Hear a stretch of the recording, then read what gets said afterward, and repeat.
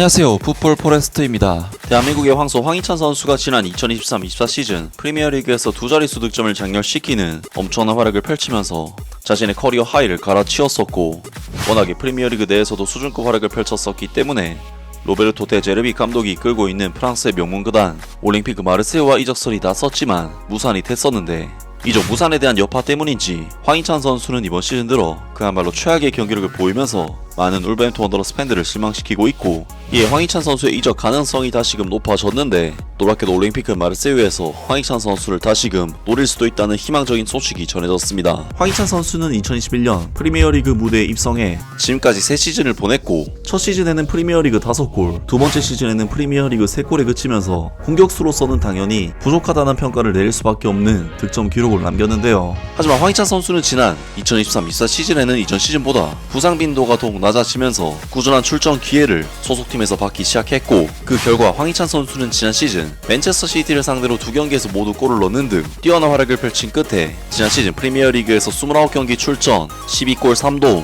모든 대회 통산 31경기 출전 13골 3도움이라는 자신의 역대 프리미어리그 최다골 기록을 갈아치우는 놀라운 시즌을 보냈습니다. 사실 황희찬 선수는 워낙에 스탯 이상으로 경기장에서 보여주는 것이 많은 유형의 선수이고, 워낙 잦은 부상에 시달리면서도 끝끝내 폼을 끌어올려 프리미어리그에서 경쟁력 있는 모습을 보여왔던 선수이기 때문에 정말 부상만 없다면 실력 하나만큼은 충분히 프리미어리그 상위급 공격수로 분류될 수 있는 선수라는 평가를 받아왔었는데, 황희찬 선수는 자신에 대한 그러한 평가를 완벽하게 실력으로 증명을 해내면서 그야말로 인생 최고의 시즌을 보냈었습니다. 그리고 황희찬 선수의 이러한 활약은 프랑스 리그앙의 명문구단 올림피크 마르세유로의 이적설로 이어졌고, 실제로 산티아노나 기자 등 1티어급 기자들로부터 올림피크 마르세유에 새롭게 부임한 로베르토 데 제르비 감독이 황희찬 선수를 강력하게 원하고 있다는 소식까지 나왔었지만, 황희찬 선수는 아직까지 울버햄튼 원더러스와 꽤나 긴 기간의 계약 기간을 갖고 있었기 때문에 결국에는 이적이 무산되고 말았었는데요.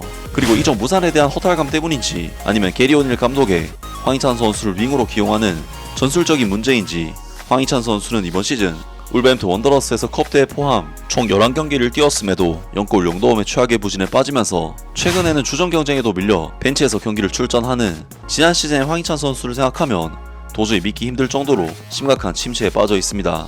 황희찬 선수로서는 이러한 상황을 어떻게든 바꿔야지만 자신의 커리어 방향을 다시 잡을 수가 있을 텐데, 이적 시장의 1티어 기자인 파브리지오 로마노 기자는 황희찬 선수가 현재 이적 가능성이 상당히 높은 상황이라는 소식을 전해왔습니다. 울브즈는 리그 최하위라는 위험에 처해 있지만 공격수 황희찬을 비롯하여 관심을 끄는 우수한 선수가 여럿 있다. 이적 전문가 파브리지오 로마노에 따르면 황희찬은 이번 시즌 11경기에서 골과 어시스트를 기록하지 못했음에도 불구하고 여러 클럽들의 2025년 영입 명단에 여전히 포함되어 있다. 여름에 28세의 황희찬은 손댈 수 없는 선수로 여겨졌었고, 울버햄튼 원더러스는 올림피크 마르세유에 관심에도 불구하고 황희찬을 팔 계획이 없었다. 이건 재능 있는 공격수가 지난 시즌 프리미어리그에서 12골을 넣은 이후의 일이었고, 그 결과 마르세유는 황희찬에게 2,100만 파운드를 제시했다.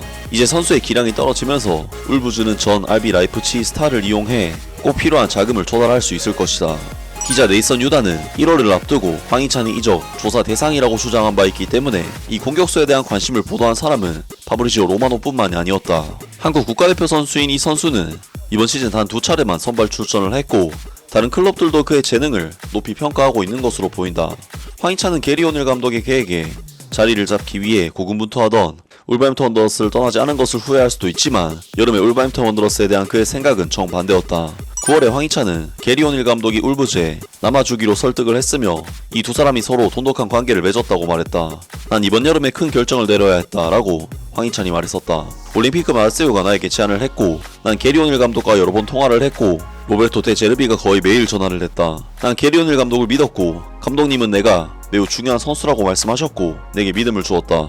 그가 말한 후에 나는 팀에 남아 모든 것을 다 바치겠다고 말했다. 울버햄튼 원더러스가 나를 원하는 한 나는 남아서 팀을 위해 싸울 것이다. 왜냐하면 나는 내 팀과 동료들을 돕고 싶기 때문이다.